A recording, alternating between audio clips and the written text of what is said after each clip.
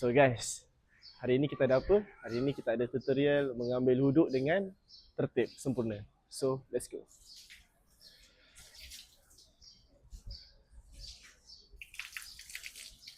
So pertama kali setiap ibadah kita kena ada niat. So niat dia adalah seperti yang ini. Amin. So cuba dekat sikit.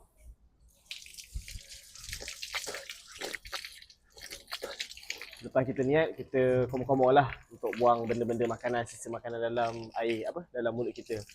And pertama sekali kita ada basuh muka.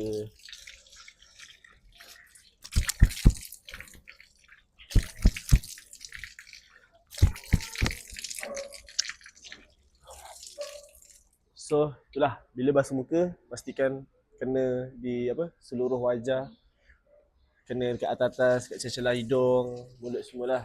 And lebih afdal 3 kali. Kalau lebih tak boleh lah sebab tak nak membazir kan. So lepas basuh muka, kita teruskan dengan basuh tangan. Dan tangan kita tahu, kita basuh tangan sampai pergelangan siku kita. Tak boleh sampai sini, tak boleh sampai atas sangat. Itulah. 3 kali juga, lebih afdal 3 kali.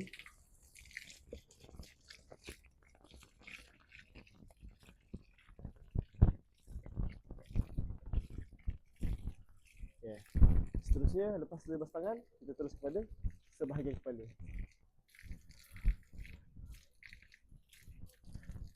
Dan diikuti dengan amalan sunat iaitu basuh di telinga, celah-celah telinga.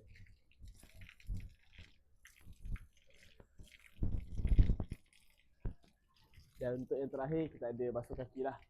Kaki ni kita basuh atas daripada buku lali.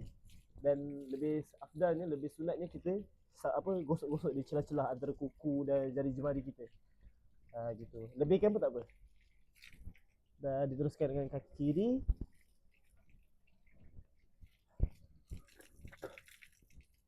So habislah. Itulah rukun ataupun syarat-syarat anggota wajib wuduk yang wajib kita buat.